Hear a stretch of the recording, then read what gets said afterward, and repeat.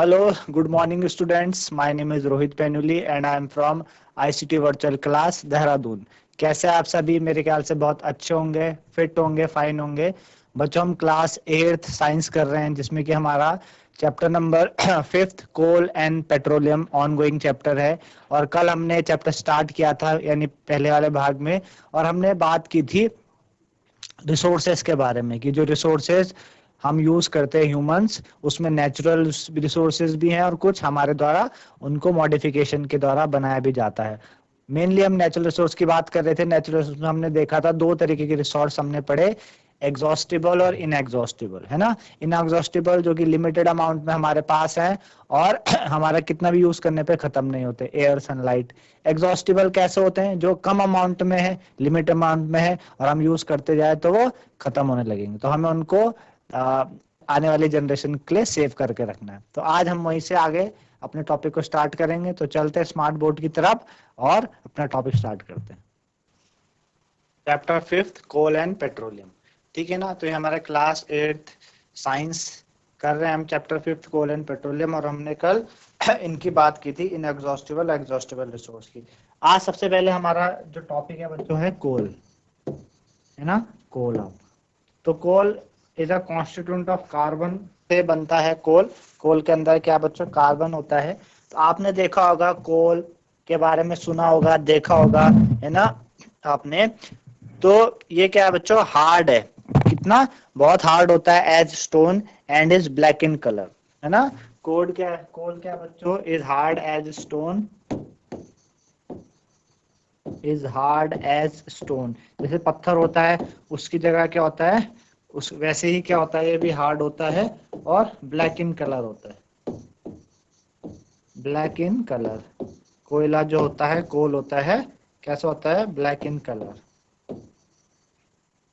ठीक है ना, ब्लैक कलर का होता है। तो कोल आपका उन फ्यूल्स में से है जो कि फूड को कुक करने के काम आता है। कोयला आपको खाना बनाने के काम भी आता है ना। हमने बात की थी कि कोयला क्या है? खाना बनाने के काम भी आता है।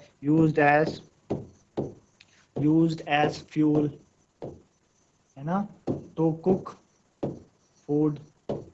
खाना बनाने के काम कोयला आता है। और कहाँ आता है बच्चों काम ये कोयला?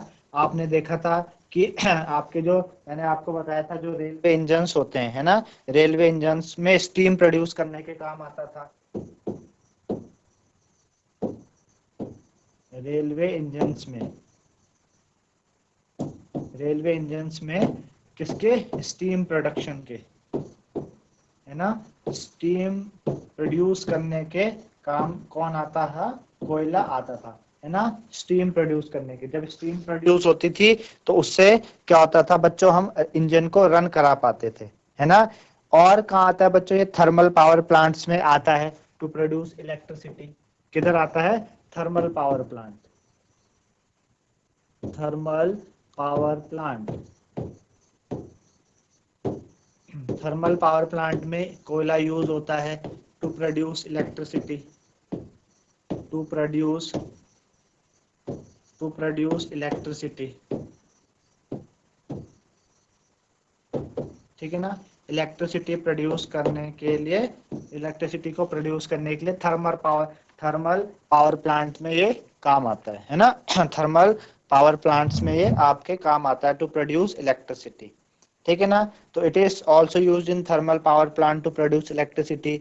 और ये वेरियस इंडस्ट्रीज में एज अ फ्यूल भी यूज होता है, अलग अलग इंडस्ट्रीज में एज अ फ्यूल भी यूज होता है। तो ये कुछ यूजेस है, मतलब कोयल के एक तो हार्ड है, स्टोन के जैसा, ब्लैक होता है कलर में, खाना बनाने के काम आता है as a fuel, railway engine को रन करने के काम आता है, उसमें स्टीम प्रोड्यूस होती है जिस वजह से इंजन को हम रन कर पाते हैं। थर्मल पावर प्लांट, थर्मल का मतलब क्या होता है बच्चों? हीट से रिलेटेड। थर्मल जो वर्ड है वो हीट रिलेटेड, है ना। हीट से रिलेटेड जो चीज होती है उसको हम थर्मल कहते हैं, ठीक है ना, थर्मल कहते हैं। तो हीट प्रोडक्शन से हम इलेक्ट्रिसिटी प्रोड्यूस इसमें करते हैं। तो ये सारी चीजें और भी अलग फ्यूल इंडस्ट्रीज में ये यूज होता है, एज अ फ्यूल यूज होता है अलग अलग इंडस्ट्रीज में। क्या स्टोरी है बच्चों कोल की? कोल की क्या स्टोरी है कि कोल आपके पास आता कैसा है? Story of coal, story of coal. Coal की क्या स्टोरी है? कोल आता कैसे हमारे पास?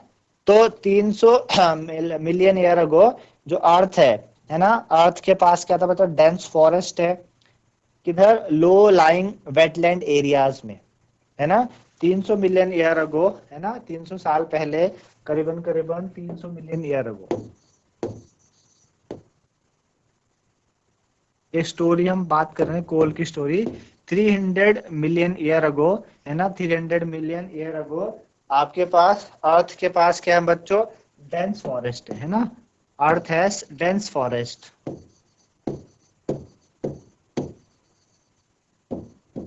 काफी घने जंगल आपको पता है। और ये घने जंगल कहाँ है बच्चों? लो लाइंग वेटलैंड एरियाज में, लो लाइंग वेटलैंड एरियाज में। लो लाइंग मतलब बहुत दूर दराज के जो वेटलैंड एरियाज होते हैं, वेटलैंड है ना, वेट का मतलब थोड़ा गीले वाले जो वेटलैंड एरियाज होते हैं कोस्टल रीजन्स के आसपास, जहाँ पे नमी क्या है, बहुत ज्यादा है ना, नीचे अर्थ में बहुत नमी है। तो नेचुरल प्रोसेस के कारण जैसे कि फ्लड हो गया, तो क्या होता है बच्चों, नेचुरल प्रोसेस जब होती है ना, नेचुरल प्रोसेस में क्या क्या हो गया, नेचुरल प्रोसेस में जैसे फ्लड हो गया आपके पास, है ना, आपके पास क्या हो गया, फ्लड हो गया, बहुत बाढ़ वगैरह आई, नेचुरल प्रोसेस के कारण फ्लड हो गया। तो ये फॉरेस्ट क्या होते हैं बच्चों, ये सॉइल के अंदर बरी हो जाए भाई। आपके पास इतने सारे फॉरेस्ट है, बहुत बाढ़ आई, काफी पानी आया, तो उससे क्या होने लगा, उससे क्या हुआ, ये जो फॉरेस्ट है ये आपके बरी हो जाते हैं, बरीड अंडर अर्थ, है ना, जमीन के अंदर क्या होने लग जाते हैं बच्चों, धंसने लग जाते हैं, बरीड अंडर अर्थ, है ना, इस तरीके से होने लगते हैं, ठीक है ना। और उसके ऊपर क्या होती है बच्चों, जब सारी चीजें शांत हो जाती है तो आपके उसके ऊपर सॉइल डिपॉजिट होने लग जाती है, क्या होती है, सॉइल डिपॉजिट होती है।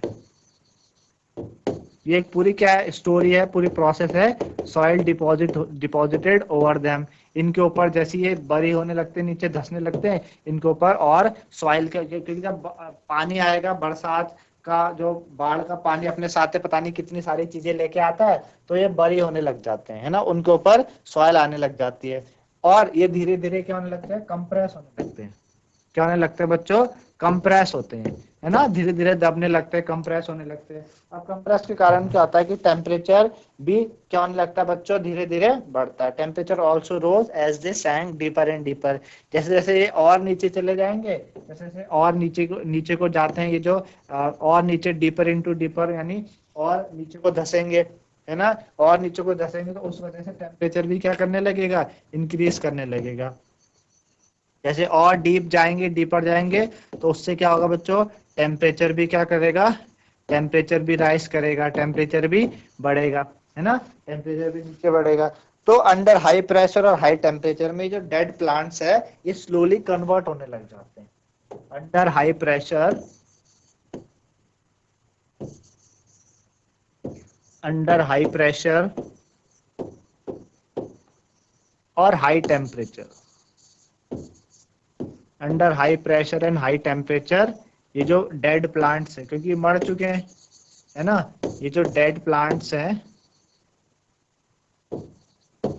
Under high pressure high temperature, ये डेड प्लांट्स क्या करते हैं, स्लोली स्लोली स्लोली कन्वर्ट होने लगते हैं into coal, slowly slowly convert into coal, slowly slowly किसमें, कोल में कन्वर्ट होने लगते हैं, कन्वर्ट इनटू कोल, है ना, धीरे धीरे स्लोली स्लोली कोल में कन्वर्ट होते हैं। जैसे ही कोल अब कोल के अंदर क्या होता है बच्चों, कार्बन होता है ना, कोल कंटेन मेनली कार्बन, कोल के अंदर मेनली क्या है, कोल के अंदर मेनली कार्बन है।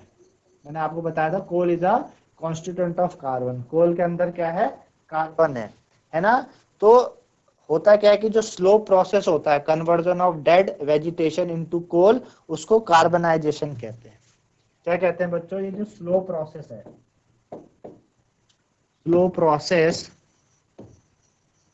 Of conversion of dead vegetation, conversion of dead vegetation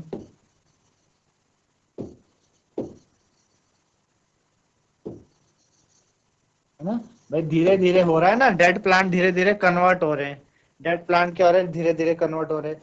तो ये जो स्लो प्रोसेस होता है, dead conversion of dead vegetation into coal, into coal, coal में, इसको क्या कहते हैं बच्चों, इसको कहते हैं हम कार्बनाइजेशन। क्या कहते हैं, कार्बनाइजेशन।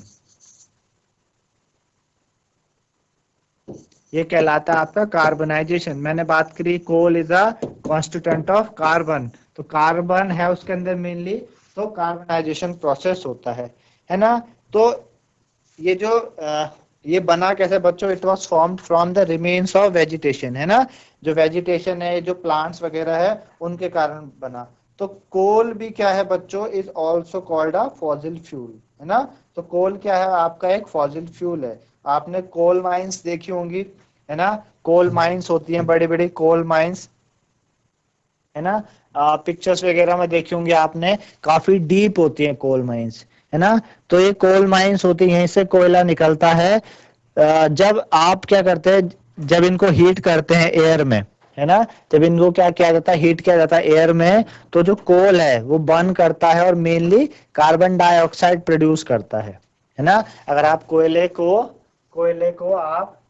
क्या करें, ये आपका पास क्या है, कोयला है, और इसको आप जलाएंगे, जब बर्न करेंगे तो इससे क्या निकलती है, CO2 निकलती है, कार्बन डाइऑक्साइड गैस निकलती है, जो कि क्या होती है हमारे लिए हानिकारक भी होते। आपने ये भी सुना होगा कि जलते कोयले को रूम के अंदर नहीं रखना चाहिए अगर आप सो रहे हैं। अगर आप रात को सो रहे हैं और आपके सारे खिड़की दरवाजे क्या हैं बच्चों, बंद है, और आपने वहाँ पे सर्दियों के टाइम पे जनरली क्या किया जाता है, कोयले को जला के, ताकि उससे रूम में गर्म, उससे गर्म गर्मी का वो किया जाए रूम के अंदर। तो अगर आप इस तरीके से उसको छोड़ देते हैं, तो हमने बात की कि कोयला को जब जलाते तो मेनली क्या प्रोड्यूस होती है, कार्बन डाइऑक्साइड प्रोड्यूस होती है। तो धीरे धीरे अगर आपके सारे रूम्स में सारे खिड़की दरवाजे बंद है, आप सो रहे हैं, तो हो सकता है कि जो कार्बन डाइऑक्साइड हो, आप उसको इनहेल करोगे, और धीरे धीरे वो कार्बन डाइऑक्साइड क्या आपके उसमें जा सकती है, बॉडी के अंदर जा सकती है। ज्यादा अमाउंट में कार्बन डाइऑक्साइड होने से ये क्या करती है बच्चों, हमारे ऑक्सीजन, क्योंकि उसको जो ऑक्सीजन है उसके साथ मिल जाएगी, है ना। मेनली हमारे ब्लड में क्या चाहिए, हमको ऑक्सीजन चाहिए होती है ना। तो ये क्या होती है बच्चों, उसके साथ रिएक्ट करके उसको ब्लॉक करती है, जिस वजह से हमें परेशानी होती है सांस लेने में, और इससे इवन कभी कभी डेथ भी हो जाती है। सुना होगा आपने, देखा भी होगा कहीं न्यूज वगैरह पढ़ी होगी। तो इसलिए ये कार्बन डाई मेनली मैंने ये बताने का कारण क्या था कि इससे कौन सी गैस निकलती है, कार्बन डाइऑक्साइड गैस निकलती है। तो जो कोल है इस प्रोसेस्ड इन इंडस्ट्रीज, है ना, अलग अलग इंडस्ट्री में कोयला को प्रोसेस किया जाता है और यूजफुल प्रोडक्ट बनाने के लिए, जैसे कोक है, कोल है ना, तार है, कोल तार है, आपके पास कोल गैस है ना। तो कोल से क्या क्या बनता है बच्चों, अलग अलग इंडस्ट्रीज में आपके कोल से क्या बनता है, एक तो कोल तार बनता है ना, कोल तार बनता है जो यूज होता है बच्चों सड़क वगैरह बनाने के लिए, है ना। कोक यूज होता है, इससे क्या बनता है, कोक बनता है इससे, है ना, कोक का निर्माण होता है। कोल गैस का निर्माण होता है, कोल गैस, है ना, कोल गैस का निर्माण होता है। तो ये कई सारे क्या है बच्चों, यूज है कोल के, ये क्या है, कई सारे यूज है कोल के। ये क्या है, these are the uses of coal, coal के आपके यूज है। अब हम एक एक करके इनके बारे में पढ़ेंगे। कोल तार, कोल गैस क्या होता है ना। तो सबसे पहले हमारे पास क्या है, कोक। सबसे पहले हमारे पास है कोक। तो कोक क्या है बच्चों, कोक आपका टफ, पोरस और ब्लैक सब्सटेंस होता है। जो कोक है, कोक आपका क्या है, एक तो टफ है ना, आपका टफ होता है, पोरस है, और कैसा है, ब्लैक कलर का होता है। टफ समझते हैं ना, थोड़ा रिजिड टाइप का है, पोरस है, पोर्स होता है उसमें, और ब्लैक कलर का होता है ना। ये आपका क्या है बच्चों, प्योर फॉर्म है कार्बन का। जो कोक है, Coke, it is a pure form of carbon, it is a pure form of carbon, pure form of carbon. ये कार्बन की क्या है बच्चों, प्योर फॉर्म है। कोक आपकी कार्बन की क्या है, प्योर फॉर्म है। कोक आपका यूज होता है स्टील के मैन्युफैक्चर में। कहाँ यूज होता है बच्चों? यूज होता है manufacture of steel.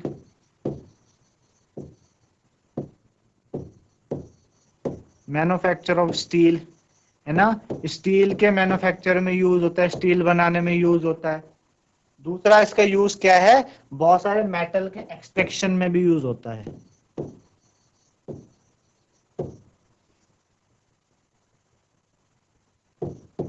Extraction of metal, extraction of metal, बहुत सारे मेटल के एक्सट्रैक्शन में भी आपका कोक यूज होता है। तो टफ है, पोरस है, ब्लैक है। एक तो टफ होता है, पोरस होता है, ब्लैक होता है। प्योर फॉर्म है कार्बन की, कार्बन की बहुत अच्छी फॉर्म है, स्टील के मैन्युफैक्चर में यूज हो रहा है, और बहुत सारे मेटल के एक्सट्रैक्शन में भी ये यूज होता है। मेटल के एक्सट्रैक्शन में कैसे यूज होता है? जो कोक है आपका, ये एक रिड्यूसिंग एजेंट का काम करता है। रिड्यूसिंग एजेंट आप अभी पढ़ेंगे हायर क्लास में, 9-10 वगैरह में पढ़ेंगे रिड्यूसिंग एजेंट के बारे में, तो वहां पे आप इसको समझ सकते हैं कि ये क्या करता है, रिड्यूस करने के काम आता है। और जो मेटल के ऑक्साइड्स होते हैं वहां से ऑक्सीजन को हटाता है ऑक्सीजन को, और आपके पास मेटल की प्योर फॉर्म लेके आता है। तो मेटल के एक्सट्रैक्शन में भी आपका कोक यूज होता है। तो मेरे ख्याल से समझ आएगा आप कोक के बारे में। टफ है ये, पोरस है, ब्लैक सब्सटेंस होता है, कार्बन की प्योर फॉर्म होती है ये, स्टील के मैन्युफैक्चर में काम आ रहा है कोक, और मेटल के एक्सट्रैक्शन में भी काम आ रहा है कोक। ठीक है ना, पहली बात कोक के बारे में। अगला है बच्चों आपके पास कोल तार। कोल तार, ठीक है ना। कोल तार क्या है? ये एक ब्लैक और थिक लिक्विड होता है। कैसा है बच्चों ये कोल तार आपका? कैसा? ब्लैक, आपने देखा होगा रोड बनाने में यूज, ब्लैक कलर का होता है, ब्लैक है। और कैसा है? थिक लिक्विड है, ब्लैक है, थिक लिक्विड है, और थोड़ी सी अनप्लीजेंट स्मेल होती है इसकी। कैसी? Unpleasant, unpleasant smell. Unpleasant smell से क्या समझे? थोड़ा सी बेकार सी स्मेल होती है। आपने कभी जहाँ पे रोड बन रही होगी वहां पे आप जरा जाके देखे, कोल तार को स्मेल करके देखे, तो आपको समझ आए अनप्लेजेंट स्मेल का क्या मतलब है ना। तो ब्लैक है, थिक लिक्विड है, और कैसा है? अनप्लेजेंट स्मेल होती है। ये बच्चों कम से कम 200 सब्सटेंस का मिक्सचर होता है ना। ये क्या है? 200 सब्सटेंस का मिक्सचर है। 200 सब्सटेंस का मिक्सचर है कोल तार। लगभग अबाउट 200 सब्सटेंस का मिक्सचर होता है कोल तार, है ना। प्रोडक्ट जो कोल तार से हमें मिलते हैं, ठीक है ना, जो भी कोल तार से हमें प्रोडक्ट मिलते हैं कहाँ यूज होते हैं? एक तो आपके अलग अलग सब्सटेंस के मैन्युफैक्चरिंग में, जो हमारी एवरीडे लाइफ में यूज होते हैं, और इंडस्ट्रीज में, जैसे कि सिंथेटिक डाई, है ना। इसका जो यूज है, कोल तार का यूज बहुत सारे सब्सटेंस को बनाने में काम आता है। जैसे कि पहला हम बोल सकते हैं सिंथेटिक डाई, है ना। जो सिंथेटिक डाई होती है, सिंथेटिक डाई वगैरह, ठीक है ना, सिंथेटिक डाई वगैरह वहां पे इसका यूज हो रहा है। सिंथेटिक डाई में यूज होता है इसका। ड्रग्स वगैरह में यूज होता है दूसरा, है ना, ड्रग्स में यूज होता है इसका, ठीक है ना। तीसरा यूज क्या है इसका? तीसरा यूज है इसका एक्सप्लोजिव्स बनाने में, है ना। बम्स वगैरह में जो एक्सप्लोजिव्स काम आते हैं, उनके इस्तेमाल में भी कोल तार की मदद से एक्सप्लोजिव बनाए जाते हैं। परफ्यूम्स में बनाया जाता है कोल तार, मतलब यूज होता है परफ्यूम्स को बनाने में, है ना। पांचवा क्या है परफ्यूम बनाने में यूज हुआ? पांचवा आपके पास है प्लास्टिक्स, प्लास्टिक बनाने में आता है काम, है ना, प्लास्टिक बनाने में काम आता है। अगला यूज क्या आपके पास? पेंट्स वगैरह, जो पेंट्स हैं, पेंट्स को बनाने में भी कोल तार यूज होता है, ठीक है ना। फिर आपके फोटोग्राफिक मटेरियल है, जो फोटोग्राफिक मटेरियल है, फोटोग्राफिक मटेरियल में जो चीजें यूज होती हैं, तो फोटोग्राफिक मटेरियल्स के बनाने में भी ये आपका काम आता है, फोटोग्राफिक मटेरियल। अगला आपके पास रूफिंग मटेरियल्स, है ना, रूफिंग मटेरियल्स, छत वगैरह के जो रूफिंग मटेरियल्स हैं वहां पे भी ये आपका बहुत ही काम आता है। कौन? कोल तार, ठीक है ना, रूफिंग मटेरियल्स बनाने में काम आता है आपका। इन सारी जगह में ये काम आता है एक्सेट्रा, ठीक है ना, इन सब जगह में ये काम आता है। दूसरा आप बोल सकते हैं कि जो नेप्थलीन बॉल्स होती है ना, नेप्थलीन बॉल्स का यूज हम क्या करते हैं, मॉथ्स को रिपेल करने के लिए या अदर इंसेक्ट्स को भगाने के लिए, है ना, वो भी आपकी कोल तार से ही बनती है। जो नेप्थलीन बॉल्स होती है ना, हम क्या करते हैं बच्चों, नेप्थलीन बॉल्स को है ना हम कपड़ों के बीच में रखते हैं ताकि कपड़ों से क्या हो, कपड़ों से स्मेल वगैरह ना आए। सर्दियों के टाइम, गर्मियों के टाइम में हम उनके बीच में रखते हैं नेप्थलीन बॉल्स को, है ना। तो नेप्थलीन बॉल्स क्या करती है बच्चों, इंसेक्ट वगैरह को और आपके जो मॉथ्स होते हैं उनको भगाने के काम आती है, रिपेल करने के काम आती है। तो naphthalene ball is also manufactured from coal tar, तो ये भी आपके कोल तार से बनता है, ठीक है ना। आजकल आपने देखा होगा बिटुमिन, है ना, बिटुमिन क्या है बच्चों, एक पेट्रोलियम प्रोडक्ट है जो कि यूज्ड होता है कोल तार की जगह फॉर मेटालिंग द रोड्स की मेटालिंग के लिए आपका बिटुमिन यूज्ड है। तो ये भी क्या है बच्चों, एक प्रोडक्ट है, पेट्रोलियम प्रोडक्ट है, आजकल कोल तार की जगह यूज्ड होता है। तो ये कुछ यूज हमने देखे कोल तार के, हमने कोल तार के यूज पढ़े इतने कि ब्लैक है, थिक लिक्विड है, अनप्लीजेंट स्मेल होती है, कम से कम 200 सब्सटेंस का मिक्सचर है, कहाँ का यूज हो रहा है, सिंथेटिक डाई बनाने में यूज हो रहा है, ड्रग्स बनाने में यूज हो रहा है, और आपका एक्सप्लोजिव बनाने में यूज होता है, परफ्यूम बनाने में यूज होता है, प्लास्टिक्स बनाने में, पेंट्स बनाने में, फोटोग्राफिक मटेरियल्स को बनाने में, ठीक है ना, रूफिंग मटेरियल बनाने में, नेप्थलीन बॉल्स को मैन्युफैक्चरिंग में, ये सारे के सारे यूजेस आपके किसके हैं, कोल तार के सारे यूजेस है। दूसरा मैंने आपको बताया कि आजकल कोल तार की जगह आप बिटुमिन का भी इस्तेमाल करते हैं, बिटुमिन, है ना, ये हम क्या करते हैं बच्चों, इसको इन प्लेस ऑफ कोल तार, इन प्लेस ऑफ कोल